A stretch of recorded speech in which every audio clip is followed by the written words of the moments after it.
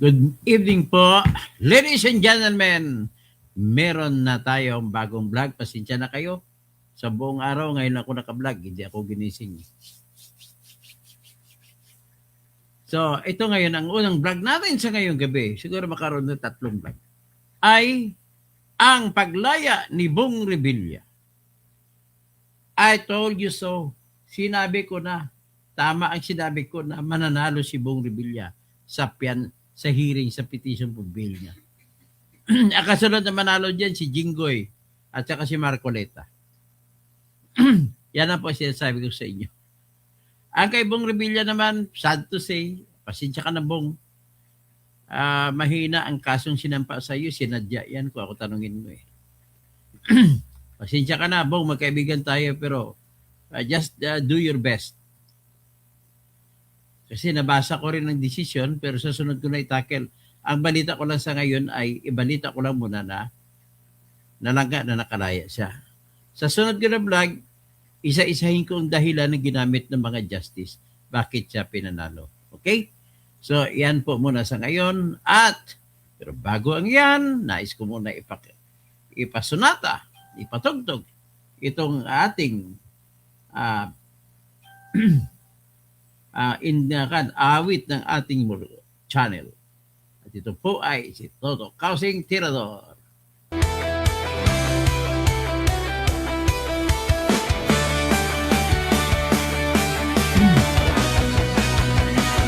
Sa Pilipinas, kilala ang tindi. Hindi kayang bayaran nino man ang kanyang prinsipyo. Kapag may inaapi, siya ang nariyan. Kapag may bayaran, siya ang hadlang.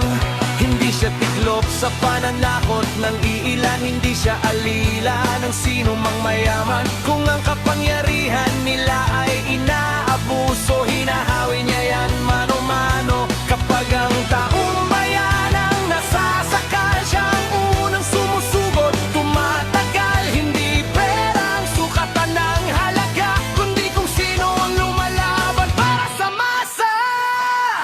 Toto Kasing Tirador, Toto Kasing Tirador, kakampi ng naaapi, kalaban ng sakim na mandarambong. Toto Kasing Tirador, Toto Kasing Tirador, hindi kayang bilhin ang puso Liwag. niyang matibay.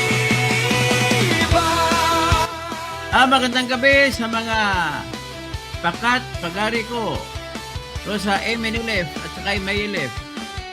Sa BARM. Lalo na sa Maguindanao del Sur, Maguindanao del Norte. Ako sa Lanao del Sur, Lanao del Norte. Nanginginig Magandang gabi. Mapakagwi kay Bapa Ingkong Binago. Diyan sa Nalus, sa Piamba. kailangang sagutin. Magandang gabi sa kapatid ko si Abs Arsad.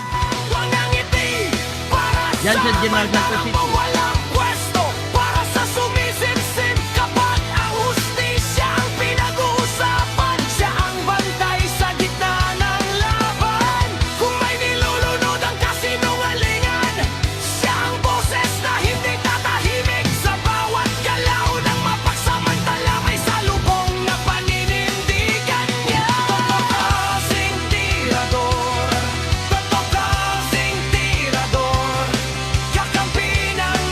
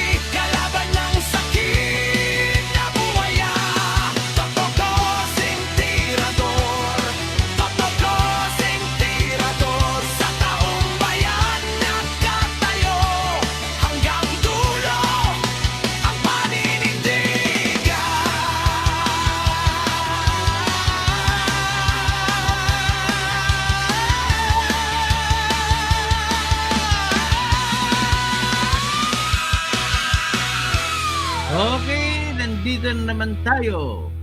So, ngayon, pero may isang music muna tayo. Ang isa pa nito ay yung awit natin, na awit ko po na ginawa para kay Sara Duterte. Sara, Sara, wala nang iba. Sara, Sara lang pag-asa. Sara, Sara, siya lang makapakulong. Mga kontraktor ubusin niya. Si BBM Sandro ikulong niya. Si Tamba Zaldi ikulong niya. Tapang at malasakit ibalik para bayan ay manahimik. Durugin ang sindikato sa korte, sa DPUA, sa DS Void, sa PhilHealth. Okay? So, siguro, maganda din na maglabas tayo ng mga kwela-kwela. May isa kong kwela bago tayo tuluyan tuloy sa ating ating pag-usapan. Ito pong kwelang ito ay parang, pasensya ka na, Miss Claire Castro, ha? Ay, maituturi ko ito isang kabubuhan eh. Pakinggan natin.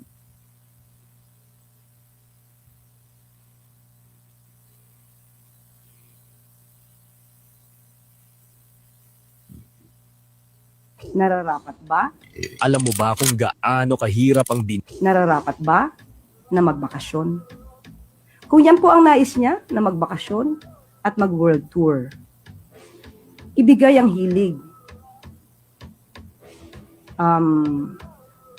Wala rin naman na precautionary whole departure order. So, yun lamang po. Nagpaliwanag siya sa anak niya kung bakit abroad ang anak niya. Nipo baby na palang anak ni Castro. Yumaman ka na, Claire. Mula nung naging ka din dyan, nakakunik ka na kay BBM, yumayaman ka na. Yan, unexplained wealth yan. Magkano ang gastos Duterte sa pagpupunta sa mga abroad? Malaki yan, di ba? So, ibig sabihin po, may unexplained wealth na rin. Ang katibayan na lang natin na ipakita na bumiyahe ay sapat na bilang katibayan para sabihin natin na may unexplained wealth si Madam Claire Castro. So anyway, atin naman ngayon, meron pa ko isang gusto ipakita eh. Dala lang.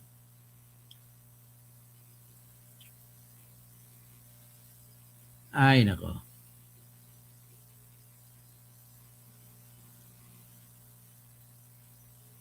Ito.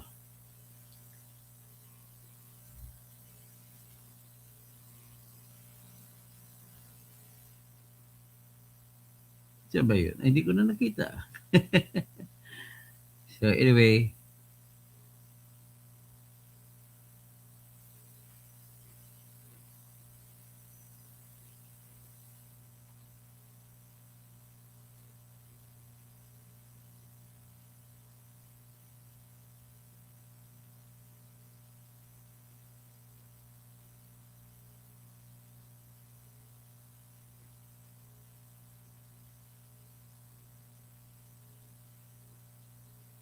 Okay, anyway. Ano ba ito?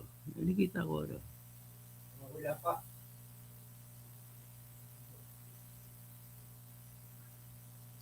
So anyway, bago ko tatalakay ng lahat, nais ko muna sabihin sa inyo, mamaya after this, ay magbablog ako tungkol kay Leandro Ligarda Libeste at saka kay Lauren Ligarda. Na sila na naman ang pinag-initan ngayon sa utos yan ni BBM, sila na namang dalawa ang pinag-initan. Bakit kaya? Dahil hindi nakikikain kay BBM. Tandaan niyo po, lahat po ng hindi nakikikain kay BBM, lahat niyang kakasuhan. Natapos sila kay Marcoleta, kay Bung, kay Jinggoy. Sunod dito, ipoproseso na nila naman si Alan Peter Cayetano at gagamitin po nila yung tinatawag na ang ghost project doon sa Taguig. At tingnan natin, maganda naman yung makita natin lahat. At para naman baka sakali, pag bumalik na naman si Sara sa 2028, lahat din ng mga korap ilabas para malaman na lang lahat-lahat. Di ba? Pero, ito muna ang ating pag-usapan, si Bong Revilla. At saka kay Bong Revilla, ladies and gentlemen, ay pinawalan siya. Pero bago ko, ito siguro yung balita na nakawala na siya. Mamaya ko na ipaliwanag, mangganda ng aking pag-vlog ko, 6 months ago, May to be exact. So, May 2026 pa lang, binalita ko na, sabi ko yung pagkaso kay Bong Revilla ay nakadesinyo na mananalo. Ibig sabihin po, kunwari na lang ang lahat ang nangyari dyan. O ito, titingnan natin ang mga pagkukunwari. Ito. Evan, ano ba ang naging batayan ng korte para payagang magpiyansa si dating Senador Bong Revilla?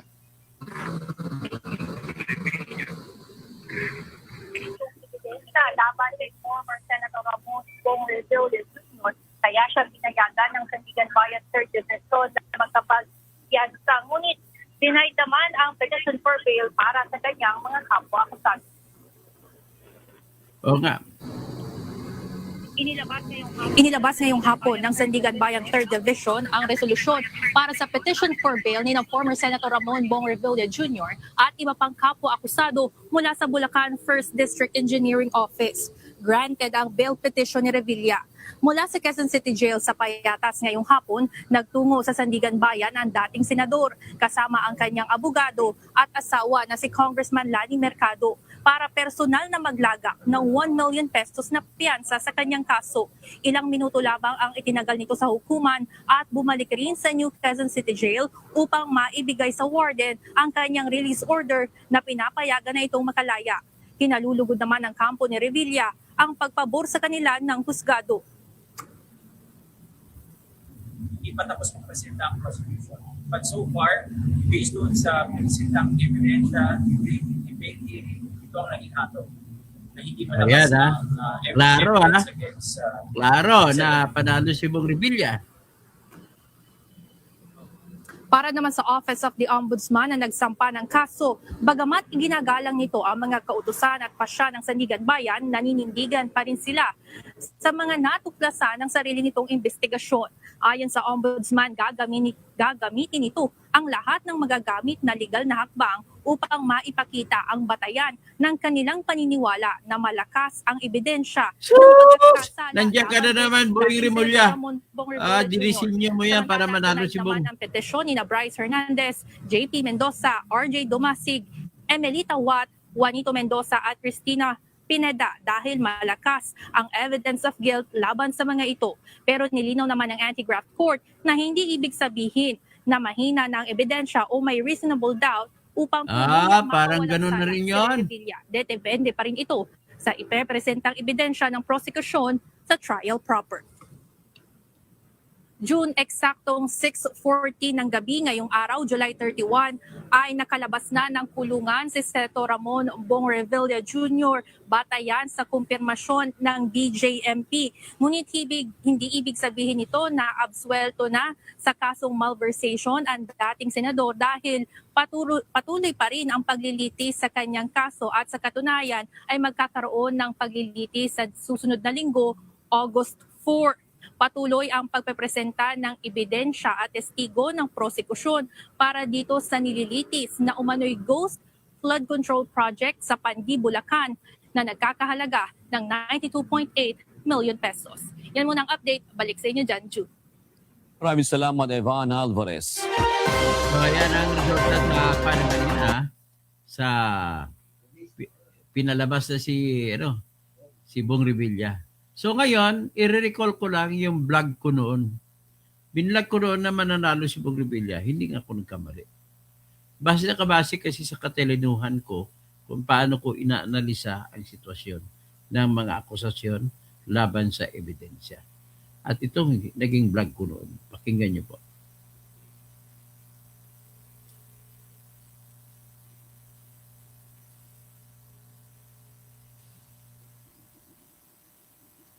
Ay, good morning, good morning, good morning, good morning. Naging sports writer ako, sports writer reserve, pero nagpumasok na sa siguro. Para sigurado. Maralit, may idol. Naging sports writer ako, sports Naim writer Pagarabi, reserve, pero nagpumasok Romel. na sa Philippine Constabulary. Ay hindi ko siya nakasabayan maging sports writer. Pero anyway, he was, ang anak niya, kaibigan ko naman, si magandang anak niya, si Tina. So anyway, ang ating pag-usapan sa ngayon ay si Bong Revilla. Alam mo, si Bong Revilla po, medyo masakit din sa akin kasi nangyari diyan kasi personal na kaibigan ko siya, kumpare ko siya. Malapit kasi sa alam mo naman mga artista kasi noong araw malalapit siya sa People's Tonight. Kami ang People's Tonight kasi pinaka-top na paborito ng mga artista. So lagi sila nagsisip-sip sa amin.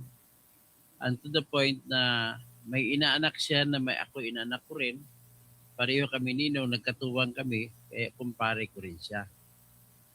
Tapos, medyo nasaktan lang ako nung nakasuhan siya doon nung una kay Napoles. Alam mo diba yung reaction ng isang kaibigan, na makita niya kaibigan niya na makasuhan, ng mga ganun. Okay lang sana, patayan, pero ito, parang nakakahiya sa party ko, si kaibigan ko. But nevertheless, nung natunghayan ko yung hearing niya dun sa plunder case kay Janet Napoles, sa totoo lang, kaibigan Bong, kumbinsido ako, guilty ka ron. But then, past is past. Nakalampas ka na ron. Narinig mo naman siguro yung mga criticisms ko dyan.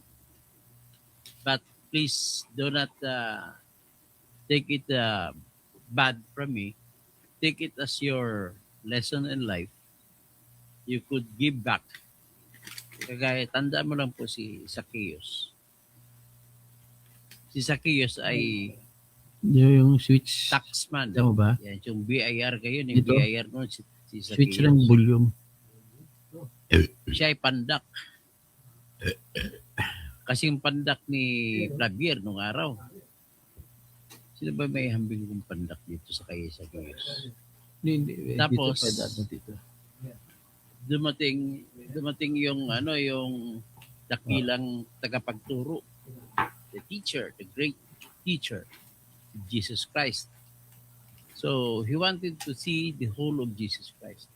Yung ginawa niya, umakyat siya sa puno ng kahoy. Kakyat siya, there you are, nakita niya si Jesus Christ. Makinig lang muna kayo mga kaibigan ko, mga Muslims. This is the story. Alam ko, sa Quran, ang pangalan ni Jesus Christ ay Isa.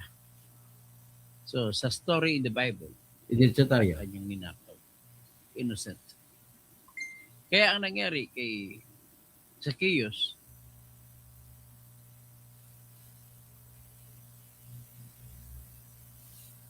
Bakit? last, are we happy? Magiging happy pa tayo, Mr. Bong Revilla? Paring Bong? Magandang tanghali, Edgar Nacion. Si Perny Pinto Sr. na walang junior. Magandang tanghali. Ngayon, natunghayan naman natin 10 araw na hearing ni Bong Revilla.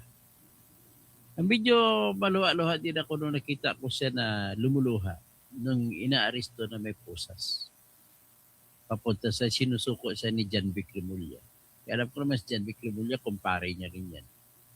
Although matindi yung awayan ng Remulla versus Revilla nung araw.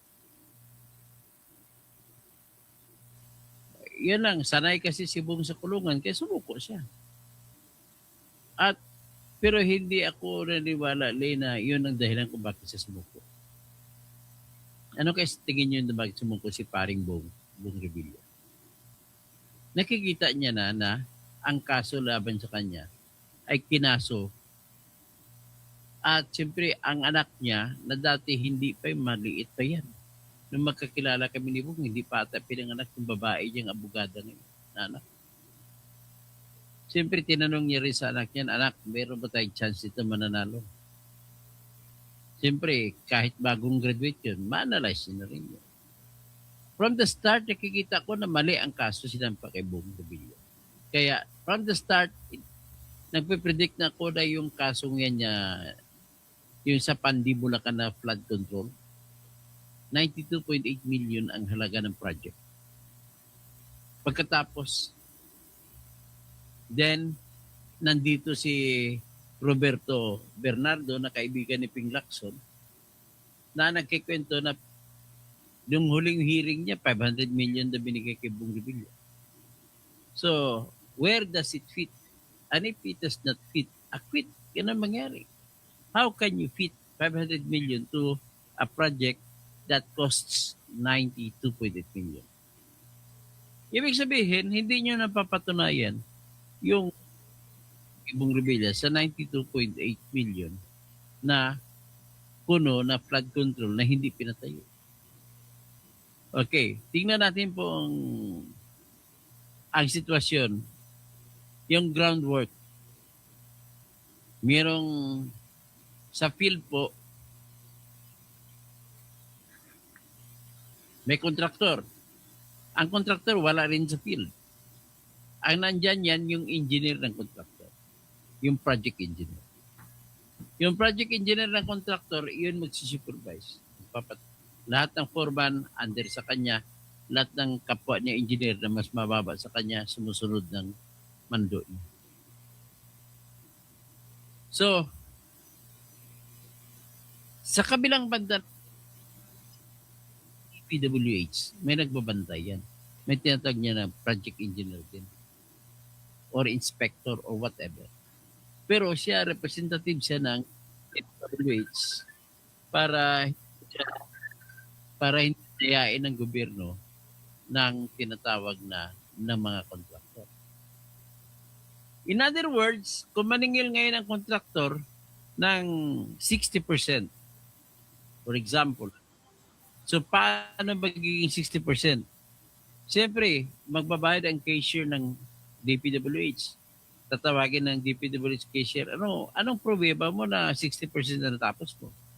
Well, magsusumiti po siya ang contractor ng billing, progress billing yan, na may pirma ng engineer ng DPWH na nagpapatunay na totoo nga 60% nga natapos. So with that, makasigil na siya ngayon.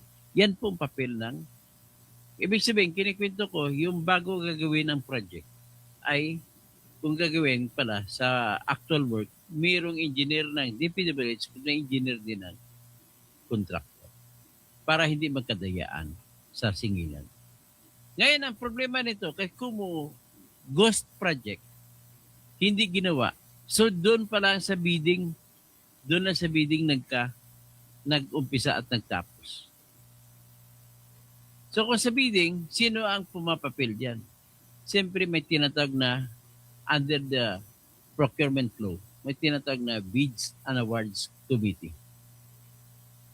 So, lahat ng contractor magsusumiti ng kanilang offer kung magkano ang offer nila para gagawin ang kontrata. Kung manalo sila, kung pinakamababa sila, usually pinakamababa ay ibibigay sa kanilang proyekto. So dito, kung walang proyekto na nagawa, ang ginawa ay pinalabas lamang na may bidding. So ngayon, kung pinalabas na may bidding, tatanungin ko yung aking magandang secretary. So sino kaya ang may kasalanan kung pinalabas na may bidding at hindi natuloy yung bidding? Natural, sigurado ako na yung tatlo na kasapi ng bidding committee, yung chairman at yung dalawang member, ay alam niya. So, pero may iba pang tao nakakaalam maliban sa tatlo. Siyempre, yung boss, yung tinatag na HOPE, ano yung HOPE? Head of Procurement of Entity. So, yan po ang district engineer. Minsan, ang assistant niya, alam yan. So, therefore, bago mo yayariin ang kontrata, dapat kasama mo ang tatlong Bids and Awards Committee chairman at dalawang member. At saka, kasama mo ang HOPE, ang head of procurement entity. So kung district engineer ang HOPE, siya pipirma kasi. At hindi matutuloy ang proyekto kundi gagawing pera. Hindi naman pwede gagawin ng HOPE yan at saka bids and awards committee kung walang nanalo na bidder. So kailangan may papalabasin sila na may nanalo na bidder. At yung nanalo na bidder, yun naman doon lang ibabayad sa kanya ng DPWH ang pera. Mapunta doon ipupunta. Hindi mapupunta yan sa HOPE o sa bids and awards committee members. Kundi doon lang yan sa kontraktor. Hindi rin mapupunta yan sa district engineer as a inspector engineer or project contractor. So, at nakalam-alaman lang dito, minimum number na tao kailangan may district engineer, nakakalam, o di kay assistant. O dalawa sila. Tapos, members ng Bids and Awards Committee, 3. So, 5 na. So, kailangan alam ng kontraktor. Kasi ang kontraktor lang ang pwede magpapalit ng cheque. Bibigay ang cheque sa kontraktor, ipapalit ng kontraktor ang cheque. So, kailangan, kontraktor alam. Yung district engineer at engineer, assistant niya, alam. Tapos yung Bids and Awards Committee, 3 plus 3, 6 na. Ngayon, dadaan pa sa cheque yan. So, therefore, yung disbursement officers ng mga cashiers, alam din. At syempre, may quality control bago gagamitin materialis, dadaan din sa quality control engineer. At pipirma ang quality control engineer kung gagamitin materialis. Mga bakal, kung ibabaon na ba, tabunan na ba ng simento. So bago ang lahat, gagawin at dadaan sa quality control engineer. So ilan na sila? 8 na kasama. Ladies and gentlemen, binabanggit ko ng lahat na pwede dapat maging involved. Contractor, district engineer, deputy, assistant district engineer, 3 Bids and Awards Committee. 6 na. May quality control. 7. Tapos may isa pa, mga cashier pa, 8. Tapos may project engineer pa doon, 9. Mga 10 sa DPWH. Kasama ang kontraktor ang nakakaalam. Kung ang kontraktor ay hindi makikisama, walang mangyari na ghost project. Kailangan papayag ang flood control contractor na palabasin na may proyekto pero wala. So ang gagawin niya, kukunin niyang pera at kakutsaban niya lahat, maghati-hatian ngayon sila. So given that situation, tanong, paano kikita si Bong Revilla dyan? Yan ang unang tanong ko. Kung kikita mo si Bong Revilla dyan, dahil sa siya ang project proponent galing sa Senado, bibigyan siya. Pero hindi yung kabuang presyo na 92.8 million. Maaring 30% sa kanya, basta 28 million, di kaya 30 million. Kaya mali yung akusasyon na plunder kay Bong Revilla, 92.8 million, maximum lang na mapunta sa kanya, 30 million lang. Anong klaseng utak meron ka, Boying Rimulya? Graduate ka pa ng University of the Philippines College of Law. Hindi mo inanalyze ang kaso. Tira-tira ka lang ng tira ng kaso. At nakikita ko po, madidismiss ang kaso laban kay Bong Revilla. Kaya ngayon pa lang, kinukongratulate na kita, paring Bong Revilla. I am congratulating you. Sigurado mananalo ka po ngayon sa bail hearing mo. So I am now inclined to believe na gawa-gawa lamang ni Rimulya ang kaso laban sa iyo, ang pakay ay para designed to be dismissed. Kasi kumpare mo si John Vic eh. Ikaw kumpare kita pero hindi kami magkumpare ni John Vic. Ganun po ang magyari. So, anyway, itigil ko na yan. At least, what is important here is pinaliwanag. Doon pa lang May 2026, nag-predict na ako na mananalo si Bong Revilla. At hindi nga ako nagkamali. Nanalo nga siya. So ngayon, kung nanalo siya, ano ang binasihan? Ipakita ko po sa inyo yung desisyon ng Sandigan Bayan. Ito pong desisyon ng Sandigan Bayan na ipapakita ko sa inyo.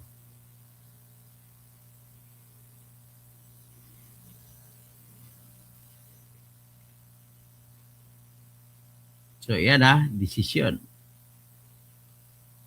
Sandigan Bayan. People of the Philippines versus Ramon Bautista Bong Revilla Jr. Aka Ramon Bong Bautista Revilla Jr. Bryce Erickson Diaz Hernandez. JP De Leon Mendoza. RJ Salvador Dumasig. Emilita Capistrano Huat. Juanito Coronel Mendoza. And Cristina May del Rosario Pineda. So, yan po yung mga kinasuhan. Sa mga kinasuhan ito po ay pinayagan na makapagpensa si Bong Revilla lamang. Ang iba po ay hindi na pinayagan. So, napunta tayo sa 1 oath.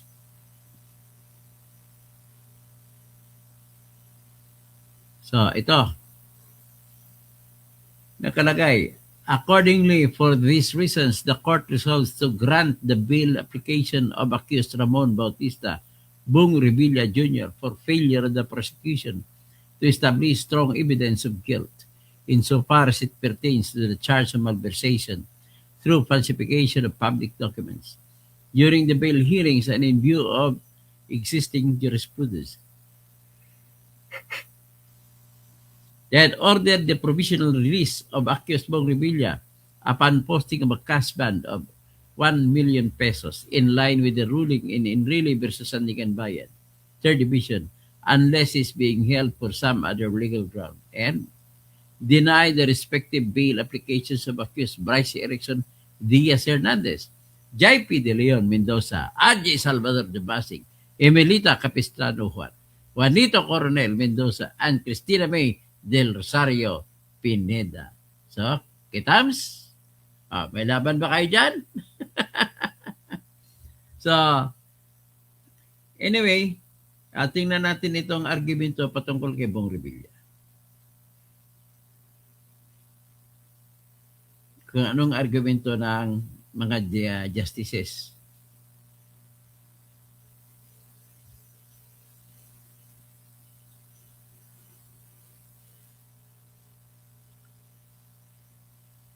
Ito, si Bong Revilla. Basahin natin kay Bong Revilla. Ito pong justification po ng tatlo, anong tinatawag na ponente. Yung ponente, yan ang sumulat ng desisyon. Pero may sariling opinion yung dalawa pang justices. So basahin po natin. Ramon Revilla. As to accused Revilla, the court finds that the prosecution fell short in presenting strong evidence of guilt. Okay, the information essentially alleges that accused Revilla obtained a list of DPWH projects for funding from witness Bernardo. Number 2, facilitated the cause and caused the inclusion of these listed projects, including the subject project. Number 3, received advanced kickbacks or commission representing a percentage in the funds allotted for all the listed projects, including the subject project. So, received in advance. In this regard, the prosecution presented the testimonies of witnesses Bernardo, Alcantara, Opolencia, Nino, and Isco, as well as documentary printouts with initial SBR, supposedly alluding to Senator Bong Revilla, to prove that accused Revilla, number 1, obtained a list of projects from various DPWH officials employees for the purpose of future funding. Number 2, facilitated and caused the inclusion of these same projects in the GA, and number 3, profited or received funds in consideration of the same acts. Here, the prosecution's theory is that accused Revilla's participation as a conspirator essentially hinges on receiving advance kickbacks from public funds. In the course of the proceedings, the following statements are material.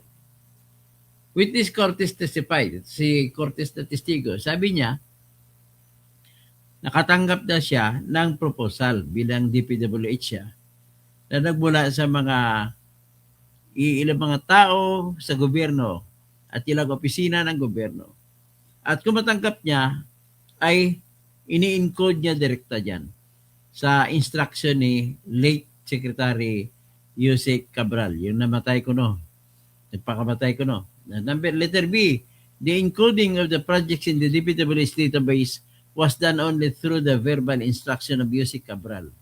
So number 3, there was no transmission, receipt, and logging of official documents involved. Only mere computer printouts based on verbal and internal instruction of Yusek Cabral, which were entered and treated as part of official DPWH records. And the formal letter requests from legislators are included in the DPWH system only if backed up by such verbal instruction. Number 2, witness Bernardo, ay sinabi naman ni Bernardo ay sinabihan doon siya ni Secretary Bunuan na si Bong Revilla ay mayroong alokasyon na at least 1.5 billion pesos sa 2025 budget. At saka si accused Revilla ay nag-expect siya na magkakaroon ng alokasyon.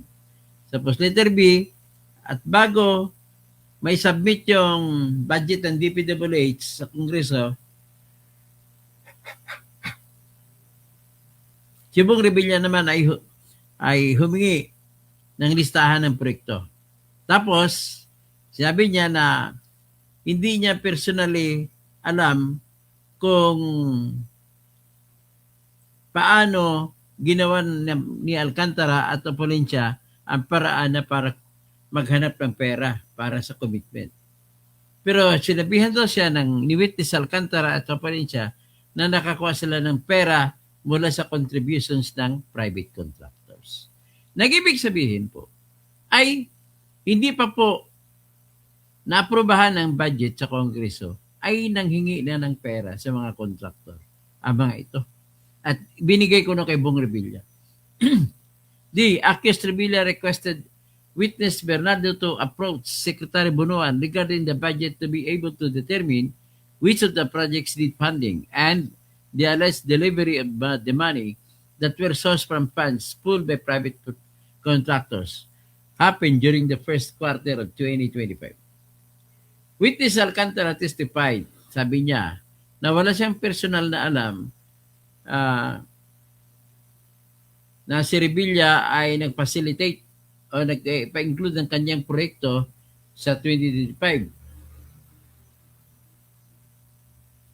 So hindi niya alam, wala siyang alam kay Bong Revilla. Now, Terby, na si Revilla ay nag-follow up o ng proseso ng pagsama sa kanyang mga project niya sa pamamagitan ni Bernardo. So, number 4, si witness Oponensya naman nagsasabi na hindi niya nakita, he did not see the cash as well as the witness, the same being placed in boxes that were allegedly delivered to accused Revilla. So, yan ang sinabi ni Oponensya na wala siyang nakitang pera na binigay sa mga boxes. Apparently, kinontra niya ang sinabi ni Yusek Bernardo na kumuha siya ng mga box of money mula kay Oponensya para i-deliver kay Bong Revilla. At saka wala daw siyang personal na alam sa pag-deliver ng pera kay Bong Revilla. Sabi niya ay nakipag-coordinate lang daw siya sa delivery. Si witness ninyo at saka isko naman ang nagtestigo na wala rin silang personal na alam kung paano si Revilla na wala silang personal na alam kung anong laman ng box na napaloob sa sa mga boxes na dineliver ko na kay Bong Revilla. So, iyan po ang sitwasyon, no? Ang mga testigo. So, with this species of testimonial evidence, this court is reminded that the guilt of an accused lies in the prosecution, which must clearly rely on the strength of its own evidence. The rule is invariable. Hindi mababago ang batas. Sabi niya, whatever may be the reputation of the accused, hindi magbabago ang batas kahit ano pang reputasyon ng akusado. Kung ang issue, sabi niya, sa kaso ay makapag-impluwensya sa ebidensya sa karakter at reputasyon ng mga tao na kasangkot sa kaso, ay kailangan, kung gano'n pala, ipadaan na lang sa popularity contest ang kaso. At kung sino man nanalo sa buto-butuhan, siya guilty o hindi. So, sa kaso naman ni Bong Revilla, walang kwento o testimonya na nagsasabi kung paano niya ginawa ng paraan na magkaroon ng project. Wala po. So, dahil diyan, kinulang silang ebidensya. So, being the chairperson of the Senate Committee on Public Works does not automatically mean that he has the power to author a budget that is binding not only on said committee but even on the Senate itself as plenary. Okay? So, yan ang ngayon ang ano.